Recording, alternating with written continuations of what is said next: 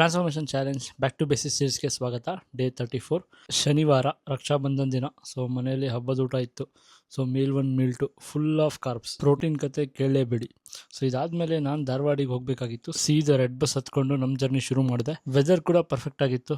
Main ಏನು ಅಂದರೆ window seat ಸಿಕ್ಕಿತ್ತು. ಸೊ ಅದೇ ಮಜಾ. ಒಳ್ಳೆ ಸೀನ್ಸ್ ನೋಡಿಕೊಂಡು, ಸೊ ಒಳ್ಳೆ ಥಾಟ್ಸ್ ಇಟ್ಕೊಂಡು ಮೈಂಡ್ನ ಕ್ಲಿಯರ್ ಮಾಡ್ಕೊಂಡು ಏನೇನು ಕೆಲಸ ಮಾಡಬೇಕು ಅಂತ ಚೆಕ್ ಲಿಸ್ಟ್ ಪೇಪರ್ ಮಾಡ್ಕೊಂಡೆ. ಒಂದೊಂದೇ ಕೆಲಸನ ಸ್ಟೆಪ್ ಬೈ ಸ್ಟೆಪ್ ನಾನು ಮುಗಿಸ್ಕೊಂಡು ಜರ್ನಿ ಕೂಡ ಎಂಜಾಯ್ ಮಾಡಿದೆ. ನಾನು ವ್ಲಾಗ್ ಶುರು ಮಾಡಿದಾಗಿಂದ ನನಗೊಂದು ಒಳ್ಳೆ ಅಕೌಂಟಬಿಲಿಟಿ ಬಿಲ್ಡ್ ಆಗಿದೆ. I am thankful for my decision.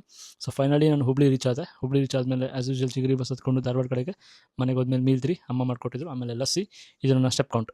Day 35 ಕೂಡ ಕಂಬೈನ್ ಮಾಡ್ತಾ ಇದ್ದೀನಿ, ಯಾಕಂದರೆ 2 ದಿನ ನಾನು ವೇಟ್ ಟ್ರೈನಿಂಗ್ ಮಾಡಿಲ್ಲ. So most of the time ನಮ್ಮ ಟ್ರಾವೆಲಿಂಗಲ್ಲೇ ಇತ್ತು.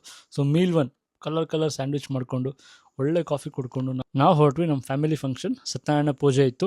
ಮೈಂಡಲ್ಲಿ ಇದ್ದಿದ್ದೊಂದೇ, ಪ್ರೋಟೀನ್ ಇಲ್ವಲ್ಲಪ್ಪ, ಬರೇ ಕಾರ್ಬ್ಸು ಸ್ವೀಟ್ಸು ಅದು ಇದು ಅಂತ. ಸೊ ದೇವ್ರಿಗೆ ಕೈ ಮುಕ್ಕೊಂಡು ಒಳ್ಳೆ ಸ್ಪಿರಿಚುವಲ್ ಎನರ್ಜಿ, ಪಾಸಿಟಿವ್ ಎನರ್ಜಿ ತೊಗೊಂಡು ದೇವ್ರ ಪ್ರಸಾದ ತಿನ್ಕೊಂಡು ಊಟ ಮಾಡಿದೆ. ಸೊ ಅಗೇನ್ ಕಾರ್ಬ್ ಸ್ವೀಟ್ಸ್, ಸಂಜೆ ಕಾಫಿ, ರಾತ್ರಿ ಡಿನ್ನರ್ ಮುಗಿಸಿ ನನ್ನ ಡೇನ ಎಂಡ್ ಮಾಡಿದೆ. Thank you.